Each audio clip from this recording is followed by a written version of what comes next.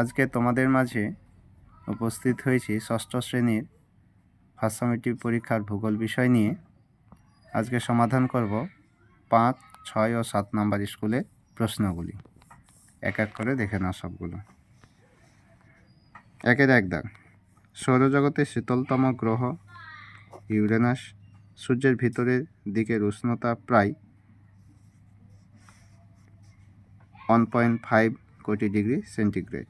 পৃথিবীর নিরক্ষীয় ব্যাস 12,756 কিলোমিটার। পৃথিবীর গোলাকার ধারণাকে সমর্থন করেন ভারতীয় বিজ্ঞানী আর্যভট্ট। ভারতের প্রমাণসমূহ হিসাবে ধরা হয় 82 ডিগ্রি 30 মিনিট পূর্ব। কক্ষপথ পৃথিবীর কেন্দ্রে যে কাল্পনিক তল অবস্থান করে তাকে বলে কক্ষতল।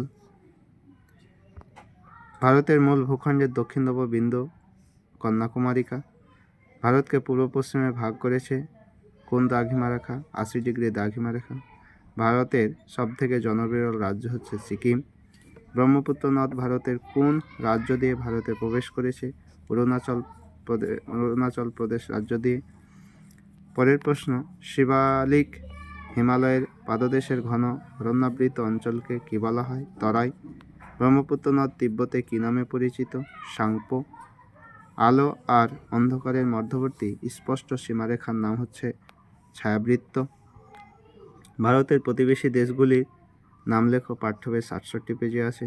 পূর্বঘাট পশ্চিম পর্বতমালা কোন কোন নদী দ্বারা বিচ্ছিন্ন হয়েছে? কৃষ্ণা, কাবেরী ও গোদাবরী।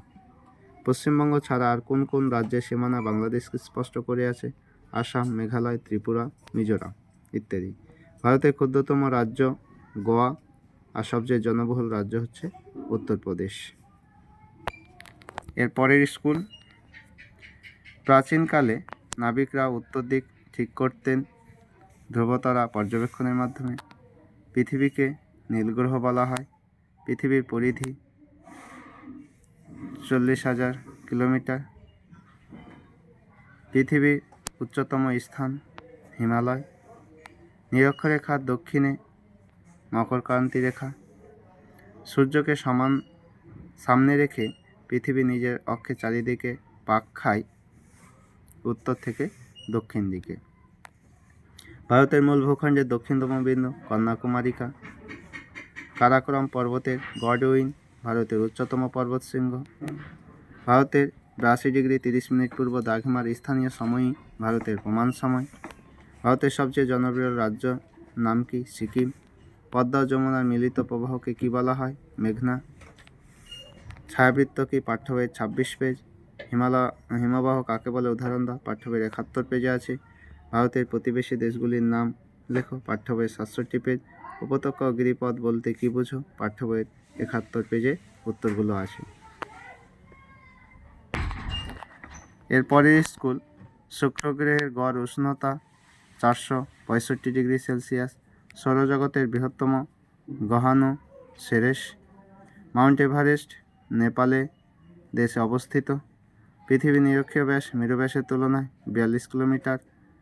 পৃথিবীর অক্ষ কক্ষতলের সঙ্গে 66.5 ডিগ্রি কোণ করে হেলে থাকে।